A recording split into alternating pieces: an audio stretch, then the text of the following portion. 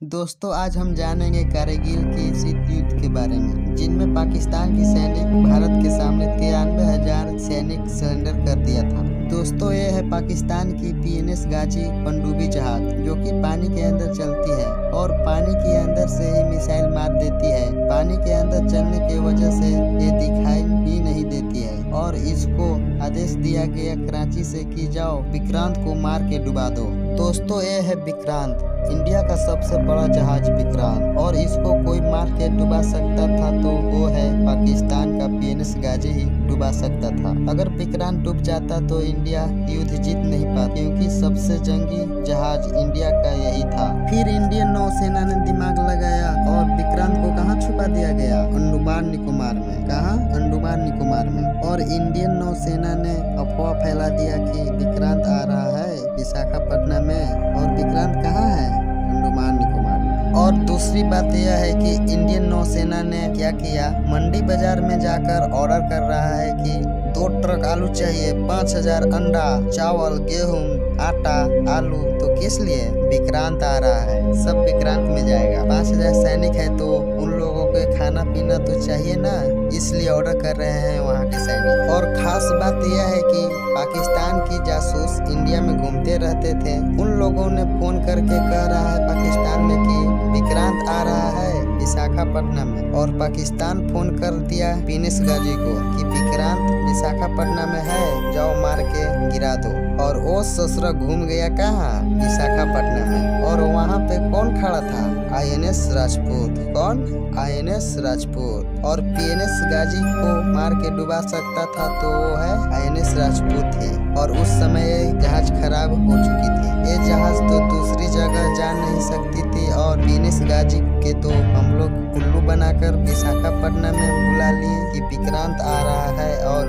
विक्रांत कहाँ था? विक्रांत तो अंडमान निकोबार में छिपा हुआ था। जैसे ही पीएनएस गाजी विशाखापट्टनम में पहुंची, उसको हमला बोलने से पहले ही आईएनएस राजपूत मारा कि पीएनएस गाजी उधिया गया, मतलब डूब गया। तब पाकिस्तान का मनोबल वहीं पे डूब गया कि अब हम लोग युद्ध नहीं जीत पाएंगे। अब पाकिस्तान फोन करके कह रहा है अमेरिका के कि बचा लो, हिंदुस्तान हमको जीने नहीं देगा, पीएनएस गाजी को मार के डुबा दिया। आप ही ना दिए थे, बोले थे कि कभी नहीं डूबेगा। और ये बात सच है दोस्तों कि उस समय का सबसे खतरनाक जहाज पीएनएस गाजी ही था, और अमेरिका ने दिया था पाकिस्तान को। अब अमेरिका कह रहा है पाकिस्तान को, तू तो गेबे किया, हमरो इज्जत पानी डुबा दिया, ससुरा हम नाक कटवा दिया रे तू तो।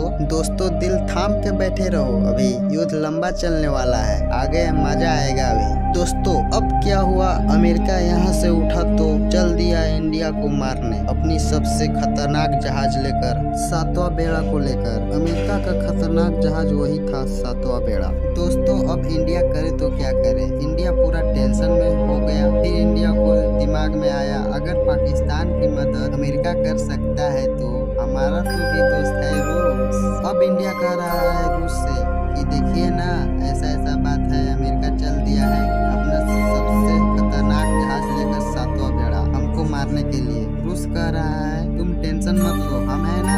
अब यहाँ से रूस उठा तो चल दिया अपना सबसे खतरनाक 40वां बेड़ा के साथ। देखते हैं कि कौन इंडिया को मारता है। चलो, तो अमेरिका को आने से पहले ही रूस यहाँ आकर खड़ा हो गया। अब अमेरिका आ रहा है धीरे धीरे, तो ब्रिटेन कह रहा है अमेरिका को कि आगे मत जाइए महाराज, वहाँ रूस आ गया है, आपको मार के धो देगा। फिर उधर से रूस कह रहा है अमेरिका को, हमारे ऊपर ऑटोमेटिक मिसाइल लगी हुई है, अगर 100 किलोमीटर के एरिया के अंदर तुम आए तो हम मार देंगे। अमेरिका क्या कह रहा है, हमारे पास परमाणु बम है। तो रूस उधर से रिप्लाई दे रहा है, हम भी जब चले थे ना तो परमाणु बम लिए के चले थे, और जब गिनती हो रहा था तो 250, 200, 300 मेरे पास भी था। फिर हम सोचे कि कौन गिनती करेगा, बाद में गिनती होगा, चलो पहले देखते हैं कि इंडिया को कौन मारता है, हड़बड़ी में न पहुंचना था। चलो अब अमेरिका क्या कह रहा है इधर से, ए रूस तुम लड़ाई रोक दो। दोस्तों रूस उस समय इंडिया से अपनी सच्ची दोस्ती निभाई, और आज भी इंडिया और रूस में सच्ची दोस्ती बनी है। वीडियो को देखने के लिए अंत तक बहुत बहुत धन्यवाद। यदि अब इस चैनल पे नए हो तो सब्सक्राइब और लाइक करना ना भूलें।